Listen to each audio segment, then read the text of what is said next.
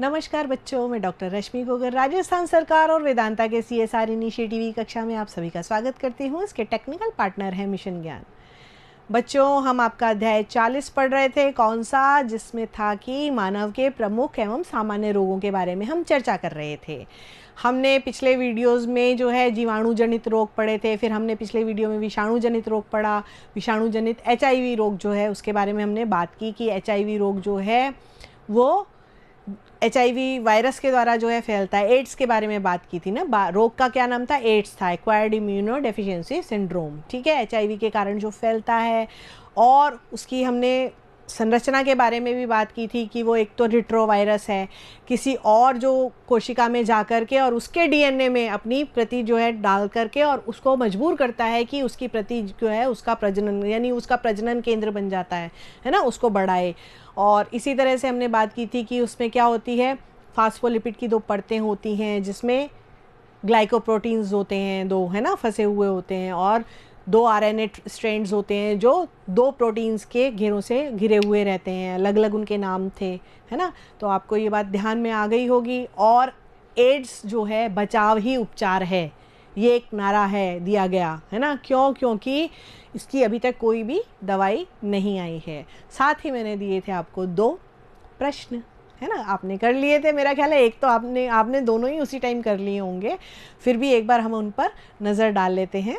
प्रश्न थे, विश्व एड्स दिवस कब मनाया जाता है? तो प्रतिवर्ष 1 दिसंबर को विश्व एड्स दिवस मनाया जाता है और 1988 से ये स्टार्ट हुआ था। और इसमें क्या होता है, इसमें जागरूकता, एड्स के प्रति जो है जागरूकता जो है फैलाई जा रही है कि एड्स जो है बचाव ही उपचार है और ये छूने से, गले मिलने से, साथ बैठने से नहीं फैलता है। ठीक।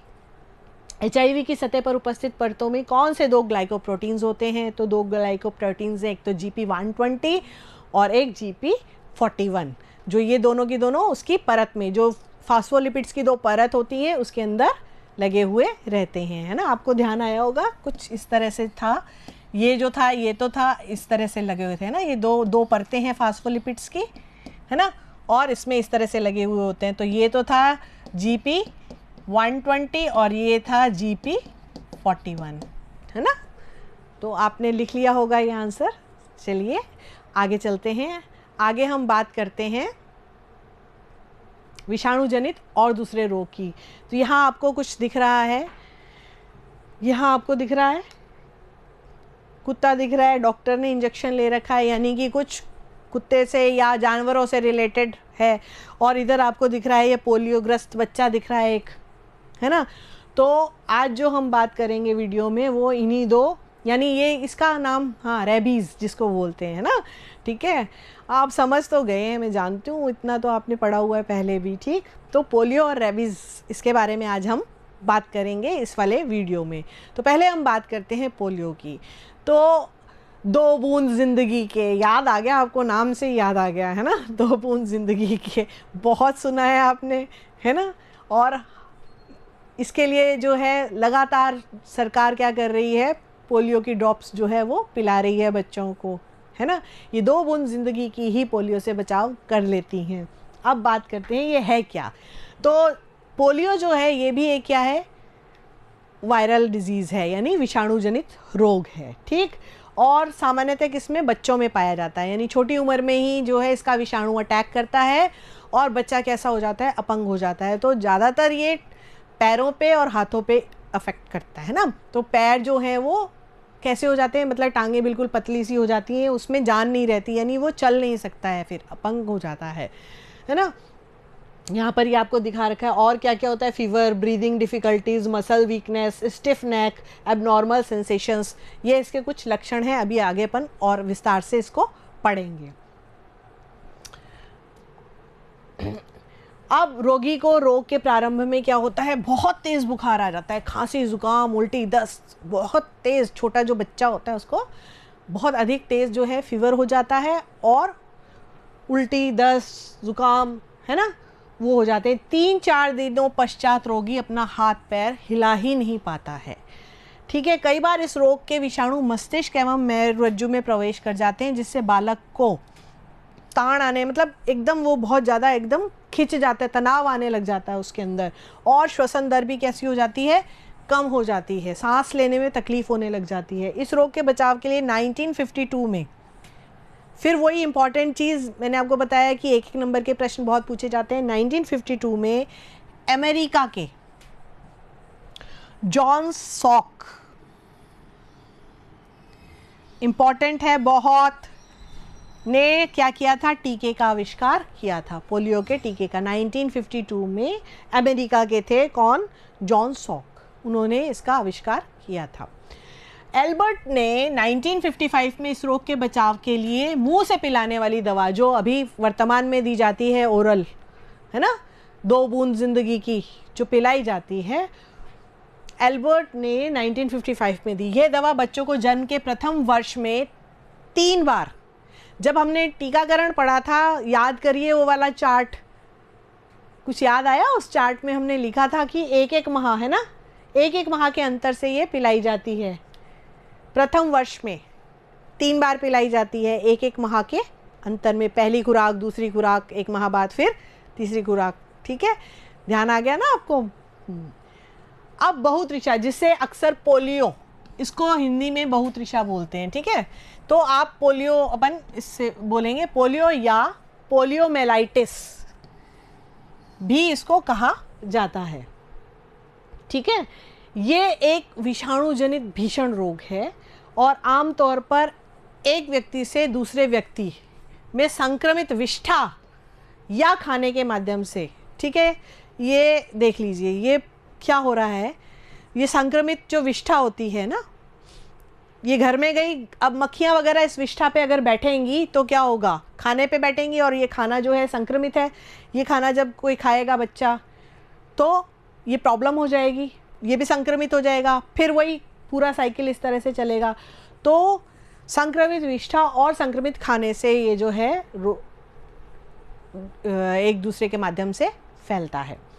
इसे बाल संस्तंभ, बाल पक्षाघात, बहुतृषा, एन्सेफाइलिटिस भी कहते हैं। ये इसके और नाम हैं जिन नामों से ये जाना जाता है। सामान्य रूप से पोलियो के नाम से इसको जानते हैं, है ना। हम जब भी मिलते हैं या बोलते भी ऐसे ही हैं, सब बोलते भी ऐसे ही हैं ना, जब अपन ये इसके एडवर्टाइजमेंट्स भी सुनते हैं तो ये सुनते हैं पोलियो, है ना, पोलियो वैक्सीन है, लेकिन इसके अलावा भी ये वाले इसके नाम हैं। ये एक उग्र स्वरूप का बच्चों में होने वाला रोग है जिसमें मेरुरज्जु के अष्टश्रृंग, एंटीरियर हॉर्न तथा उसके अंदर स्थित धूसर वस्तु में अपभ्रंशन हो जाता है। आपको पता है जब मस्तिष्क के बारे में हम बात करते हैं तो मेरुरज्जु के बारे में बात करते हैं तो उसमें दूसर द्रव, श्वेत द्रव की बात करते हैं, तो उसमें क्या हो जाता है, अपभ्रंश हो जाता है। इसके कारण चालक पक्षाघात हो जाता है, पैरालिसिस। मोटर जो हमारी मोटर्स नर्व्स हैं, ये मोटर नर्व्स हैं, है ना, इनमें क्या हो जाता है, इन मोटर नर्व्स में पैरालिसिस हो जाता है। ठीक है, पोलियो शब्द यूनानी शब्द के पोलियो और मिलॉन, फिर इंपॉर्टेंट चीज़, यूनानी भाषा से आया है ये, पोलियो और मिलॉन से व्युत्पन्न है, जिसका अर्थ क्या होता है, स्लेटी, ग्रो, और मेरुरज्जु, यानी वो ग्रे मैटर जो होता है मेरुरज्जु का, है ना, उसी से लिया गया है। ये इसके साथ जुड़ा आइटिस का अर्थ शोध होता है। ठीक है, आइटिस का क्या मतलब है, शोध। मेरुरज्जु तो है पोलियो, है ना, मिलॉन जिसका क्या अर्थ है, स्लेटी, पोलियो का अर्थ, और मिलॉन का मेरुरज्जु। ठीक है, और इससे जुड़ा आइटिस का क्या मतलब है, शोध। बात आपको समझ आ गई? तीनों को मिला देने से क्या हो जाता है, बहुतृषा या पोलियो मेरुरज्जु शोध बनता है। बहुतृषा संक्रमण के लगभग 90% मामलों में कोई लक्षण नहीं होते हैं, यद्यपि अगर ये विषाणु व्यक्ति के रक्त प्रवाह में प्रवेश कर ले तो संक्रमित व्यक्ति में लक्षणों की पूरी श्रृंखला दिख सकती है। फिर वो दिखती है पूरी की पूरी, अगर ये रक्त में प्रवेश कर जाता है तो वही आपको बुखार होगा, है ना, आपके उल्टी दस्त हो जाएंगे बहुत अधिक मात्रा में, तेज़ बुखार होता है, बुखार भी ऐसे सामान्य सा नहीं, बहुत अधिक तेज़ बुखार जो है वो होता है। कैसे हल्का संक्रमण जब होता है तब तो फ्लू जैसे लक्षण होते हैं। कैसे? पेट का दर्द है, डायरिया हो जाता है, उल्टी, गले में दर्द हो जाता है, हल्का बुखार आता है, सर दर्द होता है, ठीक है। और मस्तिष्क और मेरुदंड का मध्यम संक्रमण, अगर मस्तिष्क तक ये पहुंचता है तब मध्यम बुखार आता है, गर्दन जकड़ जाती है, मांसपेशियां नरम होती हैं और विभिन्न अंगों में दर्द होता है, जैसे पिंडली वगैरह, जो टांग की पिंडली होती है उसमें दर्द होता है, पीठ में दर्द होता है, पेट में दर्द होता है, मांसपेशियों में जकड़न आ जाती है, अतिसार वही डायरिया हो जाता है ना। त्वचा में ददोड़े पड़ जाते हैं, वो रेड कलर के मोटे मोटे से जो है स्पॉट्स हो जाते हैं। स्पॉट्स क्या होते हैं? वो ददोड़े उभरे उभरे से होते हैं, उनको ददोरे बोलते हैं ना। अधिक कमजोरी या थकान हो जाती है, ठीक है।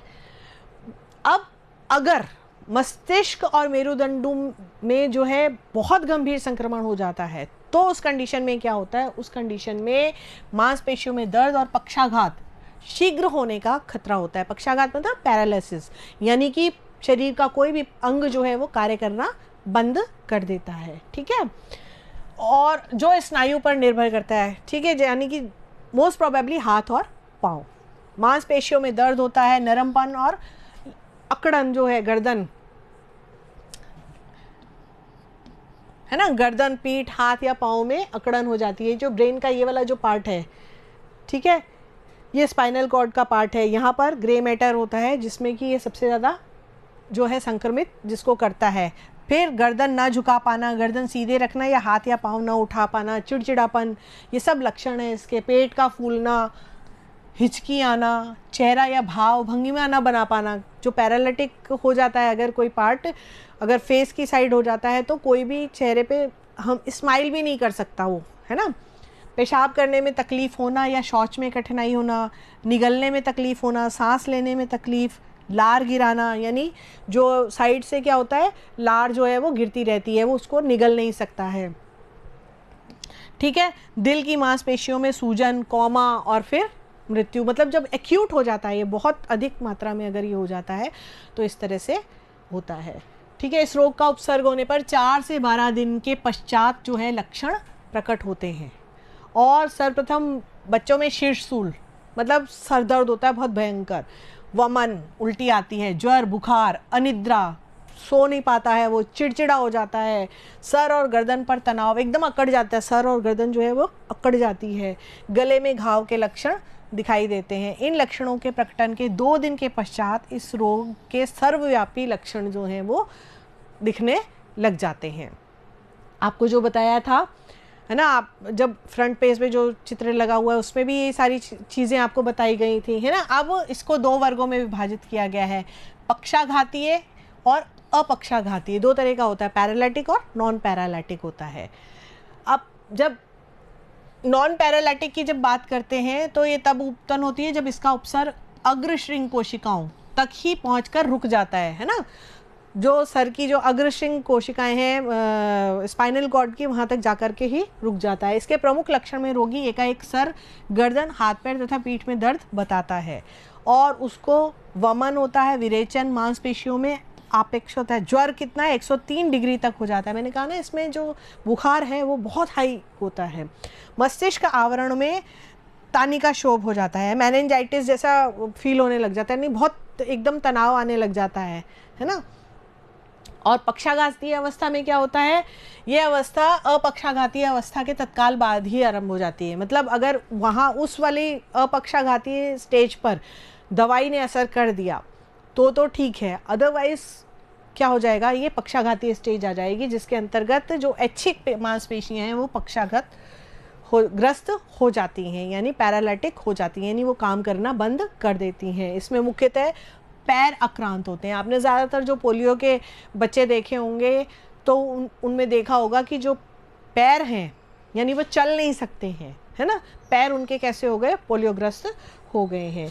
इसको लोअर मोटर न्यूरॉन पक्षाघात कहते हैं। ये देखिए, ये लोअर मोटर है, ठीक है, इसको क्या बोलते हैं, लोअर मोटर न्यूरॉन पक्षाघात कहते हैं, जो अग्र आगे चल करके स्तंभ शक्ति स्तंभ का रूप ग्रहण कर लेता है। कभी कभी एक पैर और एक हाथ आक्रांत हो जाता है और कभी कभी क्या होता है, दोनों हो जाते हैं, दोनों पैर जो है वो काम करना बंद कर देते हैं। गर्दन एवं पीठ की मांसपेशियों में ऐंठन होती है, वैसे तो समस्त मांसपेशियों को छूने अथवा संधियों में हलचल पैदा करने, मतलब अगर कोई भी उसको बच्चे को छूता है ऐसी कंडीशन में तो बहुत ज़ोर ज़ोर से चिल्लाता है, रोता है, क्योंकि उसके बहुत अधिक मात्रा में दर्द होता है। ठीक है, फिर बात करते हैं हम रेबीज़ की। पोलियो की बात हमने कर ली, अब पोलियो के बाद है रेबीज़। तो रेबीज़ का नाम आपने सुना होगा कि रेबीज़ ज़्यादातर जो है किसी भी जानवर, जैसे कुत्ता है, बंदर है, बिल्ली है ना, इनके जानवरों के काटने से होता है। पर सामान्यतः जो कुत्ता जब काटता है ना, अगर उसकी लार के अंदर ये वायरस है, रेबीज़ का वायरस है, तो वो क्या करता है, रेबीज़ रोग जो है फैला देता है। ठीक है, तो ये रेबीज़ भी किससे, विषाणु से फैलता है, जिसके कारण अत्यंत तेज इंसेफेलाइटिस, इंसेफेलाइटिस का मतलब होता है मस्तिष्क में सूजन। ये देखिए इन्फ्लेमेशन हो गया ना, मतलब मस्तिष्क में ये जो रेड कलर आपको दिख रहा है यहाँ पर, ये वाला, ये सारा, ये क्या है, मस्तिष्क में क्या हो गई है, सूजन आ जाती है इस रेबीज़ के कारण। ठीक है, इस रोग के विषाणु पागल कुत्तों, बिल्लियों, भेड़ियों, लोमड़ी, बंदर आदि जंतुओं की लार में उपस्थित होते हैं। प्रारंभिक लक्षणों में बुखार आता है, एक्सपोजर के स्थल पर झुनझुनी शामिल हो जाती है ना, आगे होने पर क्या होता है, एकदम कंपकपी जो है वो लगने लग जाती है। इन लक्षणों के बाद क्या होते हैं, हिंसक गति, मतलब एकदम वो जो इंसान होता है वो अगर उसको रेबीज़ वाले कुत्ते ने या किसी और जानवर ने काट लिया तो वो हिंसक हो जाता है, यानी बहुत ज़ोर से उसको गुस्सा आने लग जाता है हर बात पे, और अनियंत्रित उत्तेजना, बहुत जल्दी जल्दी, मतलब उसको लगता है कि कुछ भी कर लूँ मैं, फटाफट कर लूँ, उत्तेजना बहुत ज़्यादा हो जाती है उसको हर काम की, है ना, पानी से डर लगने, हाइड्रोफोबिया हो जाता है उसको, फियर ऑफ वाटर, वाटर से क्या होता है, डर लगने लग जाता है, शरीर के अंगों को हिलाने में असमर्थता होने लग जाती है। ये देखिए ये रेबीज़ के क्या हैं, वायरस। ठीक है, इनसे क्या हो जाता है, मेन तो हाइड्रोफोबिया जो है उसके बारे में ही बात करते हैं, पानी से डर लगने लग जाता है। फिर और ज़्यादा एक्यूट जब हो जाता है तो बेहोशी आने लग जाती है और वो भ्रम में रहता है, मतलब उसको समझ में नहीं आता कि क्या चल रहा है मेरे सामने, है ना, बेहोशी में ही रहता है वो ज़्यादातर। और लक्षण प्रकट होने के बाद रेबीज़ का परिणाम लगभग हमेशा ही मृत्यु होता है, यानी कि अगर कोई ऐसा जानवर काट लेता है जिसके कि रेबीज़ के विषाणु हैं और व्यक्ति ने समय पर जो है उसका उपचार नहीं लिया तो निश्चित रूप से मृत्यु ही होगी। ठीक है, रेबीज़ विषाणु द्वारा उत्पन्न रोग को हाइड्रोफोबिया, मैंने कहा ना इसको क्या बोलते हैं, हाइड्रोफोबिया बोलते हैं, पानी से डर, हाइड्रो मीन्स पानी और फोबिया मीन्स डर। ठीक है, जिसका अर्थ है जल से भय, है ना, फियर ऑफ वाटर, ये वाटर है ना, तो फियर ऑफ वाटर, हाइड्रोफोबिया रोग हो जाता है। रोग संक्रमण और लक्षणों की शुरुआत के बीच की अवधि आमतौर पर 1 से 3 महीने होती है, मतलब पहले दिन जो काटा है वहाँ से लेकर के और 3 महीने के बीच में जो है रोग हो सकता है। ये समय अवधि 1 सप्ताह से कम से लेकर 1 वर्ष तक बदल सकती है। यह समय अवधि उस दूरी पर निर्भर करती है जिसे विषाणु के लिए केंद्रीय स्नायु तंत्र तक पहुंचने के लिए तय करना आवश्यक है। यानी ये जो रेबीज़ है ये कहाँ पर अटैक करेगा, ये अटैक करता है केंद्रीय स्नायु तंत्र पर अटैक करता है। अब ये केंद्रीय स्नायु तंत्र तक कितने टाइम में पहुंचता है यही बात डिपेंड करती है कि उसके लक्षण कब प्रकट होंगे। अब इस रोग के लक्षण पागल जानवर या कुत्ते के काटने के 4-5 दिन बाद ही दिखाई देने लग जाते हैं। काटने के स्थान पर सूजन, दर्द, द्रव पदार्थ पीते समय दौरा पड़ता है ना, मतलब जहाँ पर काटा है वहाँ पर क्या हो जाएगी, सूजन हो जाएगी, दर्द होगा, और कोई भी अगर लिक्विड पीते हैं, है ना, तो क्या होगा, गले में दर्द होगा। रोगी किसी को अपने पास नहीं आने देता और उसके मुंह से क्या होते हैं, झाग निकलने लग जाते हैं, उसे पानी से डर लगता है। इसके उपचार के लिए कुत्ते के काटने पर घाव की प्रारंभिक मरहम पट्टी के साथ साथ उस कुत्ते पर भी 10 दिन तक निगरानी रखनी चाहिए कि वो पागल तो नहीं हो जाता। यदि 10 दिन बाद कुत्ता पागल हो जाए अथवा मर जाए तो रोगी के उदर में इस रोग के प्रतिरोधक टीके लगाने चाहिए। ये रोग उदर में जो है ना, पहले हम भी जब छोटे थे ना, मैं आपको एक बात बताऊँ, तो ना हमको घर वाले सब डराया करते थे, कुत्ते के पास नहीं जाना, कुत्ता काट लेगा तो पेट में 14 इंजेक्शन लगेंगे, है ना, हमारे टाइम में 14 लगते थे। है ना। अब हम तो बड़े हो गए, अब केवल 3 ही इंजेक्शन लगते हैं, ठीक है। तो अभी बात करते हैं अपन इसके बारे में। तो इस रोग के निदान के लिए लुई पाश्चर ने 1885 में टीके का आविष्कार किया था, और 14 टीके कहाँ लगते थे? उदर में, पेट में लगाते थे, और 14 दिन तक लगाए जाते थे। बहुत अधिक दर्द करते हैं, क्योंकि उदरी पेशियों के लिए टीके होते हैं, है ना, उदर की पेशियों के लिए टीके होते थे, और ये बहुत दर्द करते थे। कुछ ही वर्षों पूर्व नए रेबीज़ के टीके की खोज की गई है।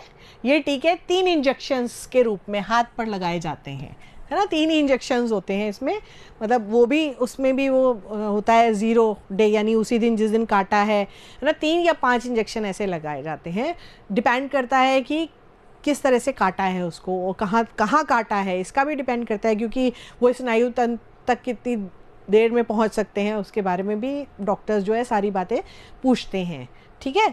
तो ये जो रेबीज़ वैक्सीन है, ये मैरीएक्स ह्यूमन डिप्लॉयड कोशिका, मैरीएक्स इनएक्टिवेटेड रेबीज़ वैक्सीन, ठीक है। ये आप इसका वो हट गया, मैं आपको ज़रा इसका नंबर हट गया, अब आप पढ़ने में आ रहा होगा, है ना, पूरा, ठीक है। ये टीके सर्वप्रथम अमेरिका में 1980 में प्रयोग में लाए गए, एवं आजकल इनका उपयोग भारत में भी किया जाता है। कारण और रोग की पहचान। कारण तो आपको पता ही है कि जब कोई भी जानवर जो है वो काटता है, संक्रमित जानवर अन्य जानवर या इंसान को खरोंचता या काटता है, ठीक है, तो उसके जो है लार के साथ वो विषाणु जो है उसके अंदर प्रवेश कर जाते हैं। यदि लार किसी अन्य जानवर या मनुष्य के श्लेष्मा झिल्ली के संपर्क में आती है, तो मनुष्यों में रेबीज़ के अधिकतर मामले कुत्तों के काटने से, मनुष्यों में तो ज़्यादातर कुत्तों के, बंदरों के काटने से होते हैं। उन देशों में जहाँ कुत्तों में आमतौर पर रेबीज़ संक्रमित होते हैं, रेबीज़ वायरस परिधीय तंत्रिकाओं के माध्यम से मस्तिष्क तक पहुंचता है। रोग की पहचान केवल लक्षणों की शुरुआत के बाद ही की जा सकती है। लेकिन अगर काटता है कोई भी कुत्ता या कोई भी बंदर, तो तुरंत क्या करना चाहिए? बहते पानी में साबुन से उस जगह को बहुत अच्छी तरह से जो है धोना चाहिए, काफ़ी देर तक धोना चाहिए, जिससे कि जो विषाणु हैं वो, कोशिश यही हो कि वो विषाणु जो है वो चले जाएं। रोकथाम और उपचार। पशु नियंत्रण और टीकाकरण कार्यक्रम से दुनिया में कई क्षेत्रों में कुत्तों से रेबीज़ होने का खतरा कम हुआ है। जो लोग कुत्ते पालते हैं, यानी आपको पता है कि पालतू जानवर के रूप में कुत्ते को पाला जाता है ना, तो जो लोग भी डॉग्स जो है लवर हैं और पालते हैं उनको, तो उनको भी एक टीका लगाया जाता है ना। कुत्तों को भी क्या किया जाता है? एक टीका लगाया जाता है ना। जो लोग उच्च जोखिम में हैं उन्हें रोग से संपर्क में आने से पहले प्रतिरक्षी लगाया जाता है कि इम्यूनाइज लगाया जाता है। उच्च जोखिम समूह में वे लोग शामिल हैं जो चमगादड़ों पर काम करते हैं, मतलब अगर चमगादड़ भी काट लेता है तब भी ऐसा होता है, या जो दुनिया के उन क्षेत्रों में लंबी अवधि गुजारते हैं जहाँ रेबीज़ आम है, तो वहाँ पर जो है सबसे पहले उनको क्या किया जाता है? इम्यूनाइज कर दिया जाता है, ठीक है, जिससे उनकी इम्यूनिटी जो है इसके प्रति बढ़ जाए। उन लोगों से जो रेबीज़ के संपर्क में आते हैं, रेबीज़ के टीके और कभी कभी रेबीज़ इम्यूनोग्लोबिन रोग से बचाने में प्रभावी रहे हैं, ठीक है।